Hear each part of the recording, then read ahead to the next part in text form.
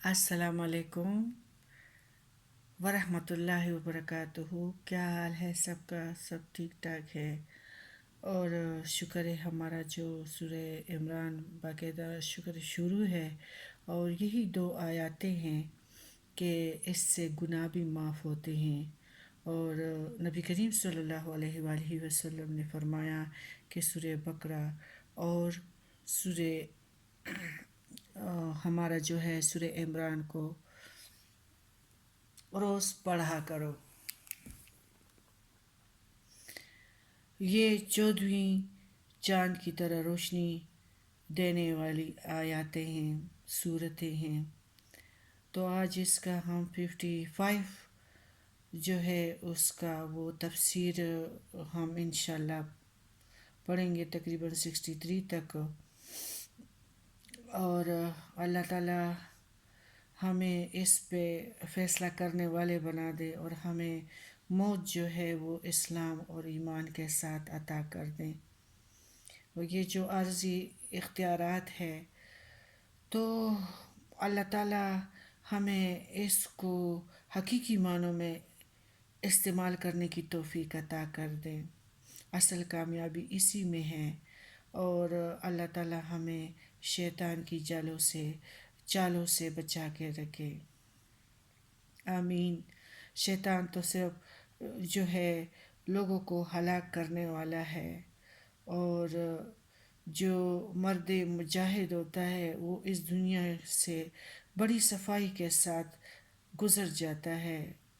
اللہ تعالیٰ ہماری کشتی کو ڈوبنے سے بچائے اور ہمیں بڑے باحفاظت طریقے سے اس پار پہنچا دے، آمین ثم آمین۔ اور ہمارے اس اختیارات کو اچھے مقاصد کے لیے اللہ تعالیٰ خود ہی استعمال کرے۔ ہم خود کچھ بھی نہیں کر سکتے، ہمارا ارادے کو اللہ تعالیٰ نیک کر دے۔ جب ہم ارادہ نیک کریں گے انشاءاللہ اللہ تعالیٰ ہمارے ساتھ مددگیر ہوگا، اور ہم سے خیر کے کام ضرور لے گا۔ اچھوں کے ساتھ اللہ تعالیٰ اچھا کرتا ہے، اور اسے بحفاظت اپنی طرف بلا لیتا ہے۔ اللہ تعالیٰ پیارے نبی کا دیدار ہمارے نصیب میں لکھ دے قبر میں، اور بہت مشکل گھڑیاں ہیں، اللہ تعالیٰ سارے مومنوں اور مومنات کے لیے پیارے نبی کا دیدار جو ہے وہ نصیب میں لکھ دے، آمین۔ اور اللہ تعالیٰ ہمیں شیطان کے فسادوں سے بچا کے رکھے، اور ہماری نسلوں کو۔ ابھی شروع کرتے ہیں سورہ عمران 55۔ ربش رحلی صدری ویسر لی امری واحلل عقدۃ من لسانی یفقہوا قولی۔ اذ قال اللہ یا عیسیٰ انی متوفیک ورافعک الی ومطہرک من الذین کفروا جاعل الذین اتبعوک فوق الذین کفروا الی یوم القیامۃ ثم الی مرجعکم فاحکم بینکم فیما کنتم فیہ تختلفون۔ جب اللہ نے فرمایا کہ اے عیسیٰ میں تجھے پورا لینے والا ہوں، اور تجھے اپنی جانب اٹھانے والا ہوں، اور تجھے کافروں سے پاک کرنے والا ہوں، اور تیرے تابعداروں کو کافروں کے اوپر غالب رکھنے والا ہوں، اور قیامت کے دن تک پھر تم سب کا لوٹنا میری ہی طرف ہے۔ میں ہی تمہارے آپس کے تمام تر اختلافات کا فیصلہ کروں گا۔ یہ جو قادیانی لوگوں نے ادھر متوفیقہ سے یہ کیا کہ اس کو موت واقع ہوئی تھی، اور یہ اصل میں انگریزی تو جانتے ہیں اور عربی کا تو ان کو کچھ پہچان بھی نہیں ہے۔ المتوفی کا مصدر توفی اور مادہ وفیٌ ہے، جس کے اصل کے معنی پورا پورا لینے کے ہیں۔ انسان کے موت پر جو وفات کا لفظ بولا جاتا ہے تو یہ اس لیے کہ اس کے جسمانی اختیارات مکمل طور پر سلب کر لیے جاتے ہیں۔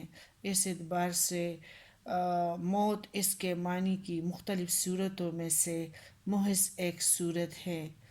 نیند بھی چونکہ انسانی اختیارات عارضی طور پر معطل کر دیے جاتے ہیں،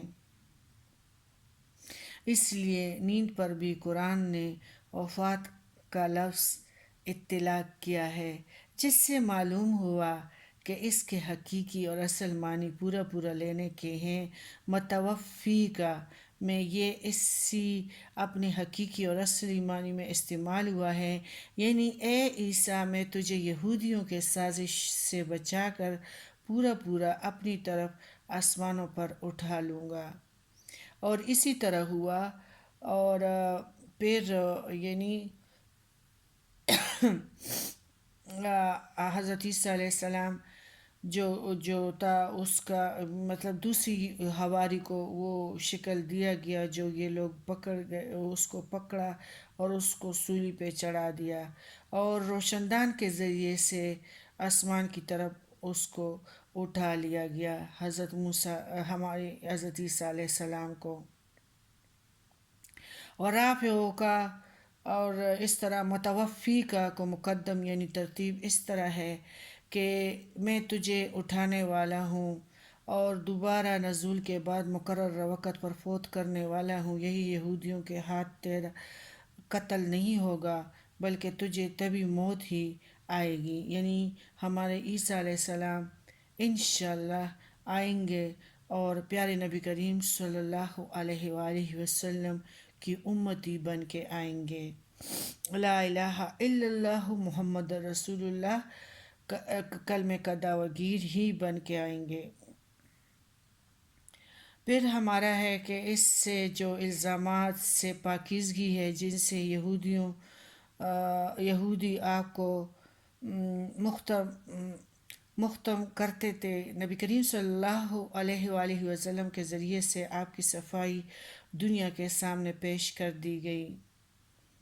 پھر ہمارا جو ہے ثم الی مرجعکم فاحکم بینکم، اس سے مراد یا تو انصارہ کا وہ دنیاوی غلبہ جو یہودیوں پر قیامت تک غالب رہے گا، گو وہ اپنے غلط عقائد کی وجہ سے نجات آخری سے محروم ہی رہیں گے، اور محمد یا امت محمدیہ یا کے افراد کا غلبہ رہے گا جو حضرت عیسیٰ علیہ السلام اور دیگر تمام انبیاء کی تصدیق کرتے ہیں اور ان کے صحیح اور غیر محرف دین کی پیروی کرتے ہیں۔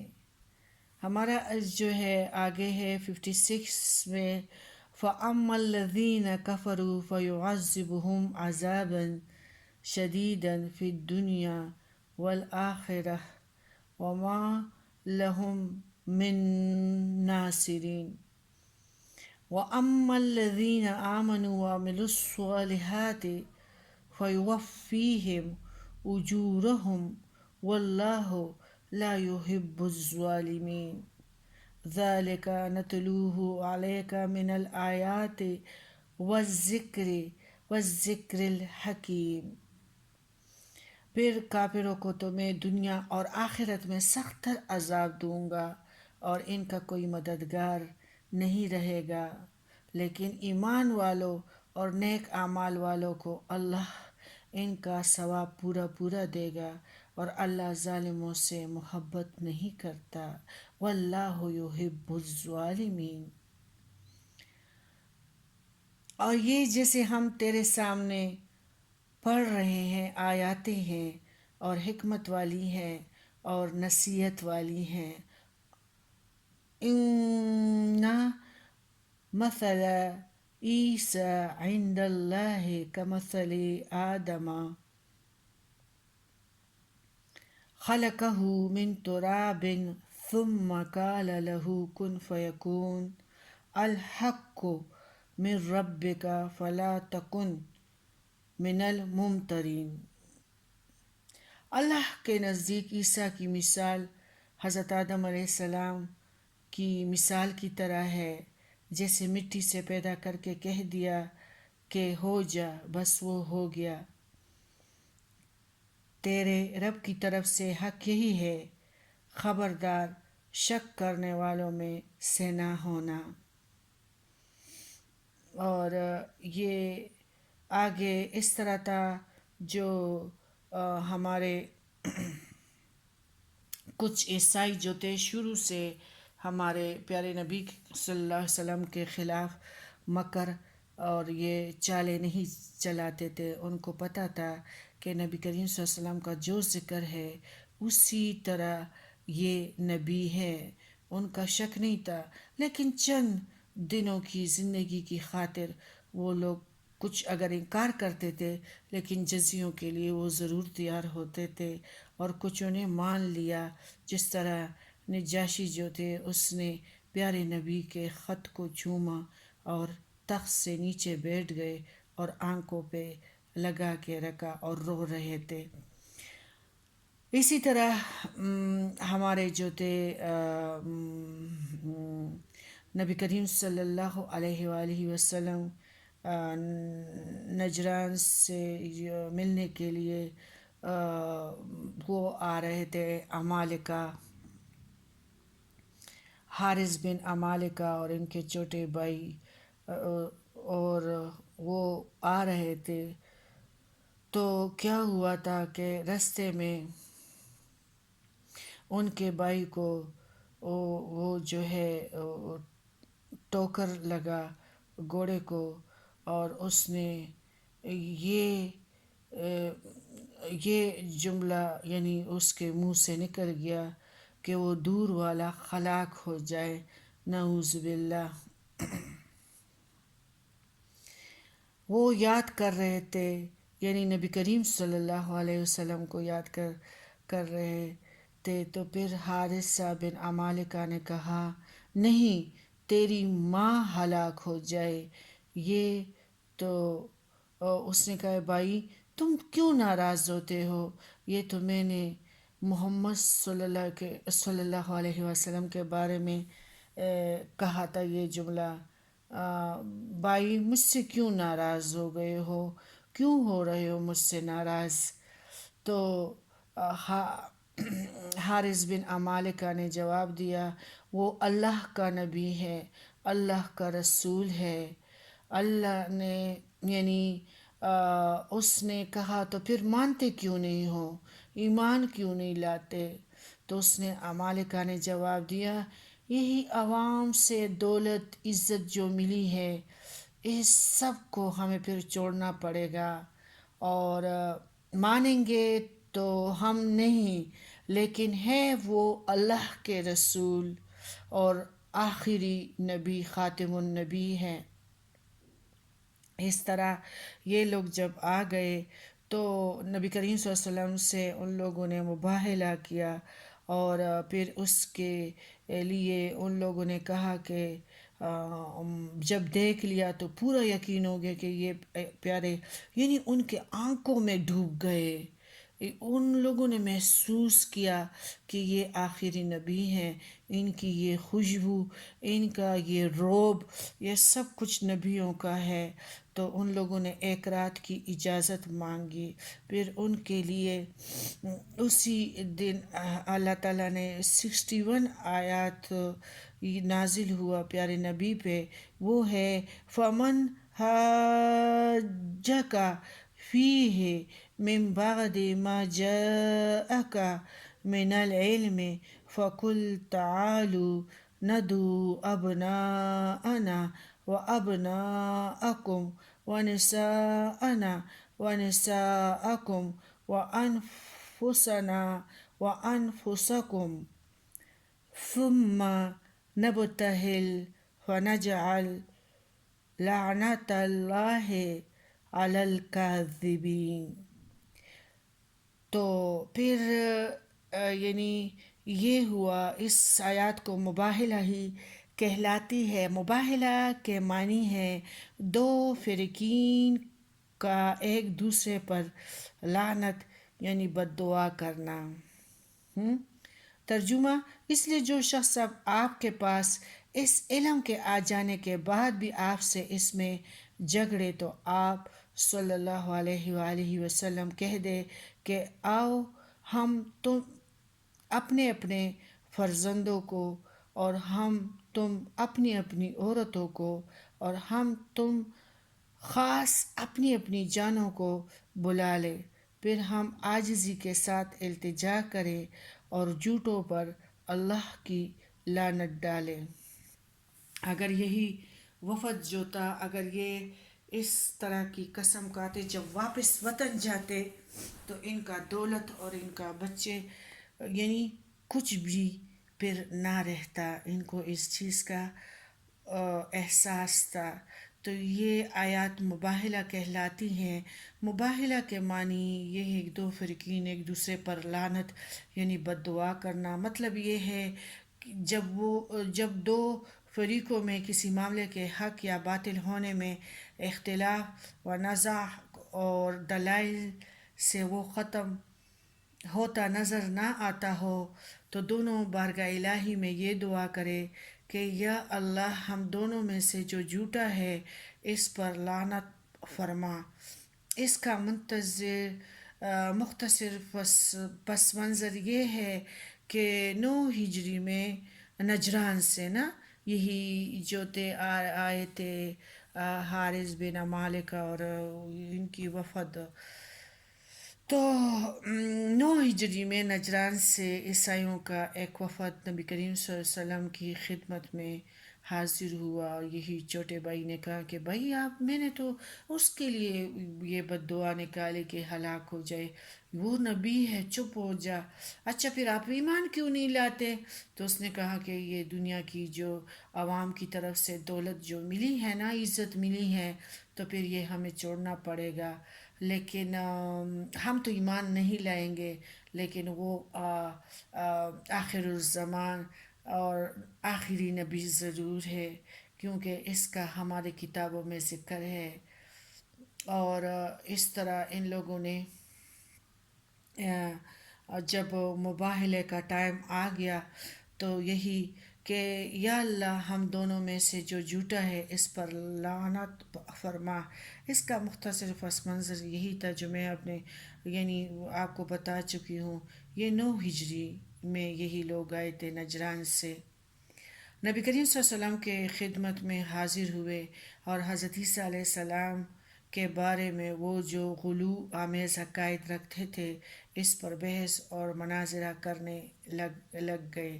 نبی کریم صلی اللہ علیہ وسلم نے دلائل دیے، لیکن وفد نجران نے عناد کی راہ اختیار کی اور اس پر آیات نازل ہوئی، اور نبی کریم صلی اللہ علیہ وآلہ وسلم نے انہیں مباہلہ کی دعوت دی۔ حضرت علی، حضرت فاطمہ اور حضرت حسین اور حضرت حسن رضی اللہ تعالیٰ عنہم کو بھی ساتھ لیا، اور عیسائیوں سے کہا کہ تم بھی اپنے اہل و عیال کو بلا لو، پھر مل کر جھوٹوں پر لعنت کی بد دعا کریں۔ عیسائی نے باہم مشورہ کر کے بعد میں مباہلہ کرنے سے گریز کیا اور پیشکش کی کہ آپ ہم سے جو چاہتے ہیں ہم دینے کے لیے یا رسول اللہ صلی اللہ علیہ وسلم تیار ہیں۔ نبی کریم صلی اللہ علیہ وسلم نے ان پر جزیہ مقرر فرما دیا، جس کی وصولی کے لیے آپ صلی اللہ علیہ وآلہ وسلم نے حضرت ابو عبیدہ بن جراح رضی اللہ تعالیٰ عنہ کو، جنہیں آپ صلی اللہ علیہ وسلم نے امین امت کا خطاب عنایت فرمایا تھا، ان کے ساتھ بھیج دیا، اور وہ لوگ کہہ رہے تھے کہ ہمارے پاس اصحابی کو بھیجے کہ وہ ہمارے درمیان عدل کے فیصلے کریں، تو اس لیے ان کو بھیج دیا گیا۔ تو اصل میں عیسائی جو تھے وہ شروع سے ہی ہمارے مسلمانوں کے ہمارے پیارے نبی کے ساتھ محبت کرنے والے تھے، لیکن پھر بعد میں جو ایک اس وقت جو یعنی وہ یہودی مسلط ہو گئے ہیں عیسائیوں کے دولت پر اور ثروت پر، یہ سن 73 کی وار جو ہو رہی تھی تو مصریوں نے جو ان کے ماتھے پہ سن 67 کا جو داغ ماتھے پہ ہوتا تھا، ان بیچاروں نے خوف کی حالت میں اس کو دھو لیا تھا. جو مصریوں کے علماء اس چیز کو ناممکن سمجھتے تھے، لیکن اس طرح خوف و ہراس پھیل گیا کہ ان لوگوں نے ماتھے سے وہ جو نشانی تھی علماء کی وہ صاف ان لوگوں نے کر دیا، کیونکہ یہ جو امریکہ سے اسلحہ شروع ہو گیا تو وہ لوگ پھر مصری بیچارے کیا کرتے. حقیقت یہ ہے کہ اب عیسائیوں کے فیصلے بھی یہودی کر رہے ہیں، اور 15ویں صدی میں اگر یہ یہودی اگر یہ چالیں نہ چلتے اور عیسائی ایک ہوتے اور عیسائی ایک دوسرے کے مطلب لڑائی میں ایک دوسرے کے دشمن نہ بنتے اور یہودیوں کا سپورٹ چھوڑ دے اب بھی، تو یہودیوں کا تکہ بوٹی رکھ دے ان کی. لیکن یہ تو عیسائیوں کی، یعنی امریکہ بھی عیسائی ہیں، یہ تو ان کی بات ہے کہ ان لوگوں نے ایک دوسرے کے درمیان لڑائیاں شروع کی اور یہودیوں کی چالوں کو کامیاب بنا دیا. اب عیسائی امریکہ کے فیصلے بھی کر رہے ہیں، اور 15ویں صدی ہجری کے اندر یہ سارے واقعات ظہور پذیر ہوں گے اور قیامت آئے گی. عربی میں ہے مرجو کو، یعنی اسی طرح کے جو رومز سن 70 میں جو بیت المقدس کو تباہ کیا اور 1 لاکھ رومیوں نے یعنی اس کو بیت المقدس کو جیت لیا، اور یہودیوں کو جو 1,333 تھے سارے یہودی ہلاک کیے. ہیکل سلیمانی جو سیکنڈ بنایا گیا تھا اس کو بھی گرا دیا گیا، اور انہوں نے کہا یہودیوں کو کہ یہاں سے نکل جاؤ، بھاگ جاؤ اس فلسطین سے. پھر اس انتشار کے دور میں کچھ یہودی روس چلے گئے، کچھ پولینڈ اور مغربی جرمنی، انگلینڈ اور انڈیا اور مختلف ممالکوں کے اندر پھیل گئے، ایران میں جا کے آباد ہو گئے اور شدید عذاب سے گزر رہے تھے. پھر کیا ہوا کہ ان لوگوں کی چالیں جو تھی وہ اور مطلب مضبوط ہوتی جا رہی تھی، اور ان کو کچھ اہمیت کسی ملک میں ہی نہیں مل رہا تھا. 300 برس کے بعد جب کنسٹائن رومی جب آ گئے تو ان کا معاملہ بدل گیا، اور عیسائیوں سے پھر کیا ان کو، کیونکہ ان کو فلسطین میں داخلے کا اجازت کنسٹائن نے دے دیا. پھر یہودیوں کے پاس تو دولت کی انباریں تھیں، اور ان لوگوں نے عیسائیوں سے اپنے بدلے خوب چکائے.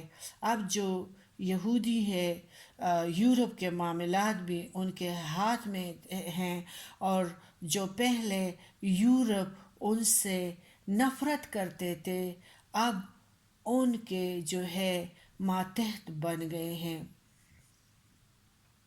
یہودیوں نے بڑی چالیں چلائی ہیں اور رومن سے سرپرستی جب حاصل کی، پھر ان کے ذریعے سے سود کی اجازت حاصل کی، پھر بینکنگ کا نظام درہم برہم کیا اور سود قائم کیا، پھر دولت کا انبار وہاں پر جمع کیے ہیں. تمام یورپ کی جو حکومتیں ہیں ان کی مقروض ہے، سازشیں کر کر کے ان کو آپس میں لڑا کے، اب دونوں طرف یعنی جب لڑاتے تھے نا عیسائیوں کو آپس میں، تو دونوں طرف قرضے دیتے تھے، اس لیے کہ جنگ میں تو ضرورت ہوتی ہے اسلحے کے لیے بھی اور رسد کے لیے بھی رقم کی ضرورت ہوتی ہیں، تو پھر دونوں طرف قرضے بھی دیتے تھے۔ اب تمام یورپین عیسائی جو ہے ان کے مقروض ہو گئے ہیں۔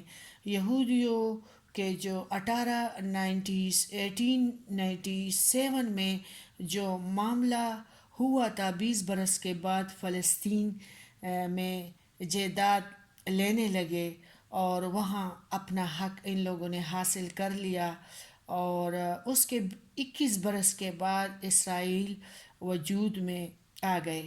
شاہ حسین نے 300 ٹن سونا بیت المقدس کے یعنی مندر کو ٹیمپل کے لیے دیا تھا، اور جو یہودیوں نے کہا تھا کہ اس کو ہم گرائیں گے اور یہ سونا ہمارا ہوگا اور اس کو ہم اپنے ٹیمپل میں استعمال کریں گے، اور وہی ان لوگوں نے کر دیا۔ انہوں نے کئی صدیوں سے محنت کی اور آج یروشلم ان کے قبضے میں ہے۔